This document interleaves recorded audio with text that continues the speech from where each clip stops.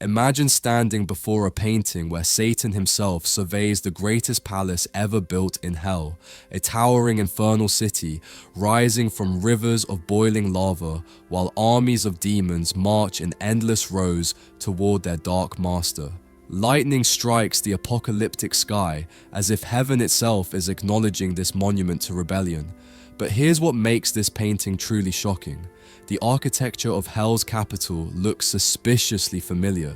In fact, it's based directly on one of London's most recognisable landmarks, the Palace of Westminster, home of the British Parliament. This is Pandemonium, painted in 1841 by John Martin, and the story behind it reveals how a frustrated artist transformed his city's rejection of his urban planning proposals into a vision of hell on earth. What you're about to discover isn't just art history, it's a warning disguised as a masterpiece. John Martin was a master of the monumental and the catastrophic. Throughout most of his career, he specialized in creating biblical scenes filled with apocalyptic landscapes and exceptionally dark settings designed to make viewers feel incredibly small and insignificant. His paintings weren't gentle or uplifting, they were overwhelming, terrifying, and absolutely unforgettable. And Pandemonium represents the culmination of everything Martin had been perfecting for decades. But to understand this painting, we first need to understand its literary source. Pandemonium wasn't a place Martin invented. It's the name given to the capital of hell in John Milton's famous 17th century epic poem Paradise Lost, published in 1667. This monumental work tells the story of Satan's rebellion against God, his catastrophic fall from heaven along with his followers, and the subsequent creation of hell as their new domain. What makes Milton's poem truly extraordinary is how he humanizes Satan. In Paradise Lost, Satan isn't portrayed as a simple embodiment of evil. Instead, he's a complex, intelligent, and intensely proud being who famously declares it's better to reign in hell than serve in heaven. This Satan possesses psychology, motivation, and even a twisted form of nobility in his defiance. In the opening cantos of the poem, Satan awakens after his fall, surveys the abyss around him, and makes a momentous decision. He will build a city in this wasteland, a majestic place destined to become the center of his infernal empire. He names this capital Pandemonium, derived from Greek words meaning all demons, literally the place where all demons gather. And this is precisely the scene John Martin chose to capture in his painting. This wasn't Martin's first encounter with Milton's work. For more than a decade, he had produced engravings based on Paradise Lost that became extremely popular among British collectors and readers. In these earlier works, his characteristic style was already fully developed. Colossal landscapes, biblical cataclysms, stormy skies, and tiny, human figures overwhelmed by the monumental scale of their surroundings. His artistic imagination seemed perfectly tailored to portray the epic visions found in ancient texts. Pandemonium, completed in 1841, was the last work Martin dedicated to the Miltonic universe, and also the most ambitious. In it, he doesn't merely represent a key scene from the poem, he brings together everything that obsessed him as an artist: chaos and order, glory and destruction, pride and punishment. Most importantly, he seizes the opportunity to depict all of it on a gigantic scale, as if viewers were witnessing the apocalypse itself. Now here's where the story becomes fascinating. Although the inspiration for this work comes from a purely fantastical vision, the architecture Martin painted is not entirely invented. If you look closely at the building at the center of the composition, its general structure bears a striking resemblance to the Palace of Westminster, the same Gothic revival building that today houses the British Parliament. This is no coincidence.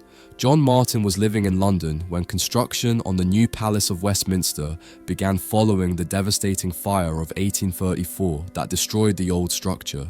The entire city was aware of this massive project, and the Gothic revival design proposed by architect Charles Barry became a major topic of conversation and the dominant feature of London's changing urban landscape. Martin, as an artist deeply interested in the monumental and dramatic, found in this real structure the perfect inspiration to imagine hell's capital city.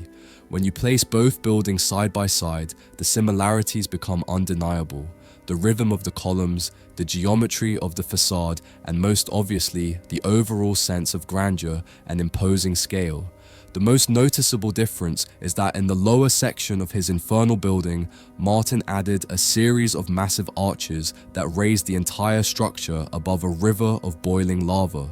And on the facade, if you examine it carefully, you can see carved figures of coiled serpents winding their way up the walls, giving the architecture a much darker, more sinister appearance. We're no longer looking at a human construction, we're witnessing an infernal temple. But the symbolism goes even deeper. That river flowing beneath the scene, that incandescent current of boiling lava, isn't just an aesthetic element. It represents something very real and very specific, the River Thames as it existed in the 1840s. At that time, the Thames was a genuine sanitary nightmare and a serious threat to London's population. The city faced constant cholera outbreaks, and the river's waters were so heavily contaminated by human and industrial waste that the stench could be detected from several kilometers away. It was, quite literally, a foul and dangerous waterway running through the heart of one of the world's most powerful cities. And here's the truly remarkable part of this story. Years before, painting Pandemonium, John Martin had proposed an ambitious infrastructure plan to clean up London. His detailed proposal included a comprehensive network of sewers and canals that would have prevented many of the diseases that later devastated the population, including the catastrophic cholera epidemics that killed tens of thousands. However, nobody took him seriously. City officials and engineers dismissed his proposal, considering it too expensive, too radical, or simply the overreaching ambition of an artist with no engineering credentials. The plan was rejected. So Martin, likely deeply frustrated by this rejection and increasingly alarmed by what he saw happening to his city, decided to transform the problem he wasn't allowed to solve into a vision of what London itself might become. He painted his city as hell, with its grand new Parliament building rising above a river of filth and disease, surrounded by armies marching toward destruction. When Pandemonium was first exhibited in 1841 at the Royal Academy in London, reactions were decidedly mixed. Some viewers were absolutely dazzled by its scale, its dramatic intensity, and the sheer ambition behind it, but others found it excessive, even ridiculous, too theatrical, too overwhelming, lacking in subtlety and restraint. One of its most vocal critics was John Ruskin, one of the most influential artistic voices of the Victorian era. Ruskin had very particular ideas about what art should accomplish. He believed it should be sober, moral, closely connected to nature, and rooted in spiritual values and truth. And for him, John Martin's works fulfilled none of these ideals. Ruskin went so far as to dismissively describe Martin's paintings as pantomimes of the apocalypse, theatrical spectacles that prioritize drama over genuine spiritual truth. While that's certainly harsh criticism for any artist, it also reveals a great deal about how the painting was perceived in its time. Pandemonium didn't fit at all within traditional academic standards. It was too big, too dramatic, too scandalous for many refined tastes, but perhaps that's precisely where its power lies. While other artists aim to represent the divine, the beautiful, or the realistically observed world, Martin chose instead to portray chaos, destruction, and the dark consequences of human pride and short-sightedness. But there's one more element that makes this painting even more extraordinary, something many people don't know about. John Martin also designed the frame, and it's not just any frame. Its ornamentation is intricately carved with serpents, dragons, and fantastical creatures that visually continue the horror unfolding inside the scene. It feels as if the painting cannot contain so much darkness, and it begins to spill outward into our world. This remarkable detail shows just how completely Martin conceived his work as a total immersive experience. The frame isn't separate from the artwork, it's an integral part of it, blurring the boundary between the infernal world depicted and the real world where viewers stand. Today, Pandemonium is part of the collection at the Louvre Museum in Paris, hanging in a gallery alongside other 19th century works. But unfortunately, it doesn't receive much attention. Few visitors stop in front of it, and it rarely appears in recommended museum tours or popular lists, which is almost ironic considering how much this painting communicates, not only about the past but also about universal themes that remain relevant today. Because beyond its literary inspiration from Milton's Paradise Lost, Pandemonium can also be read as a modern critique of urban arrogance and the consequences of ignoring warnings. Martin watched his city rising on diseased foundations, literally built above a river of filth, and he portrayed it as what he feared it would become, a modern version of hell, where grand architecture masks corruption and sickness beneath. His vision was prophetic.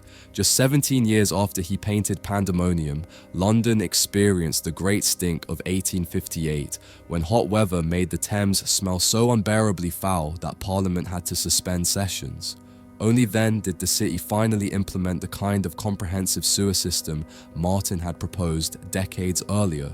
Pandemonium stands as a testament to the power of art to criticize, to warn, and to envision consequences. It reminds us that sometimes the difference between paradise and hell lies not in some distant afterlife, but in the choices we make about the cities we build and the warnings we choose to ignore.